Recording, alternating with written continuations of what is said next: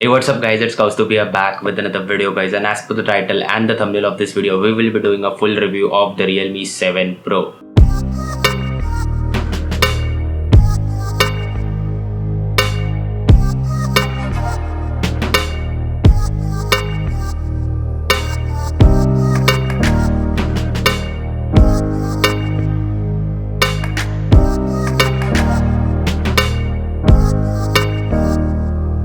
Firstly guys, looking at the phone here, I have the mirror blue variant, and the name is mirror blue, but actually it is matte blue, I should say, because the color is matte, sort of a matte finish on the back that we get, and it is not a glass back panel guys, but it is a plastic back panel, which is a good thing because anyways we tend to put a case on a phone, so it just makes sense to have a plastic back panel, which is much more durable, and we can save some money here, which we can actually get some additional features such as a high refresh rate display.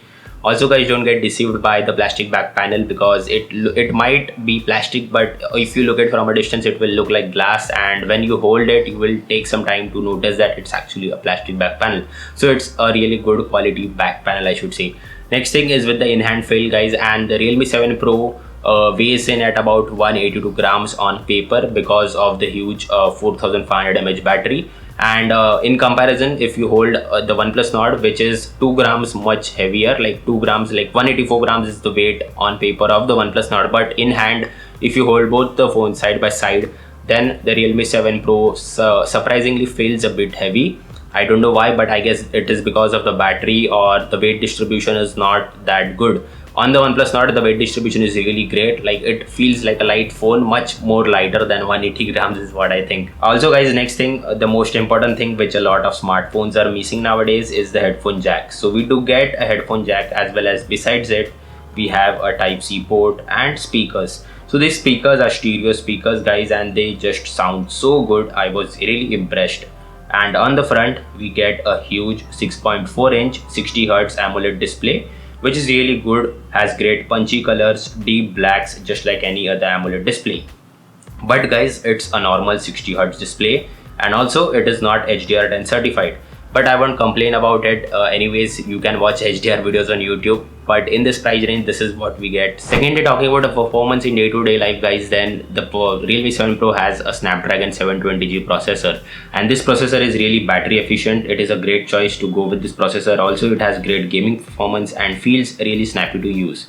Talking about gaming performance of the Realme 7 Pro guys, then I have made a detailed PUBG Mobile review. You can check that video right here. Next thing is with the software, then Realme 7 Pro runs on the Android 10 based Realme UI version 1.0 to be precise. It is smooth, fast, and has a ton of utilitarian features. I had no issues with the interface, but there is some bloatware apps that like Google and Realme apps that you should be aware of. But anyways, you can't delete them, so yeah, you have to live with it. Next thing is with the huge 4500 mAh battery, which easily lasted me for a day and a half with moderate usage by using social media, browsing, and watching YouTube videos.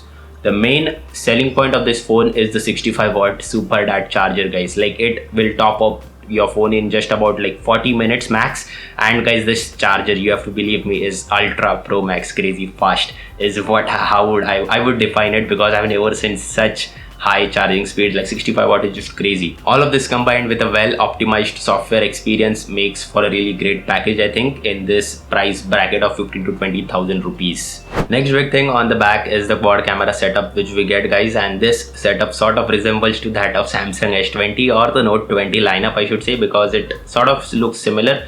But anyways, Realme has done a great job with this setup as well, and the photos clicked with it look really crisp. They don't go overboard with the colors and showcase really great dynamic range with noise levels well under control.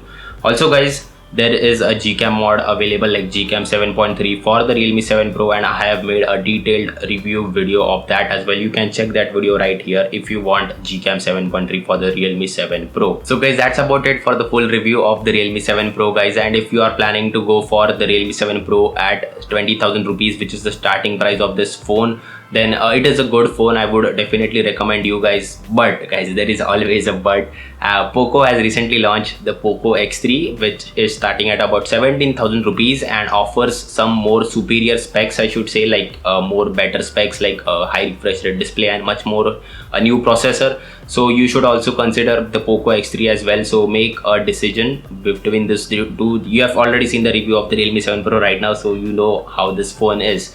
So that's about it from my side, guys. And if you have liked this video, then do drop a like down below, and also do get subscribed to my channel for more content. This is your boy Kaustubh from Tech to Explore signing off. You guys have a great day.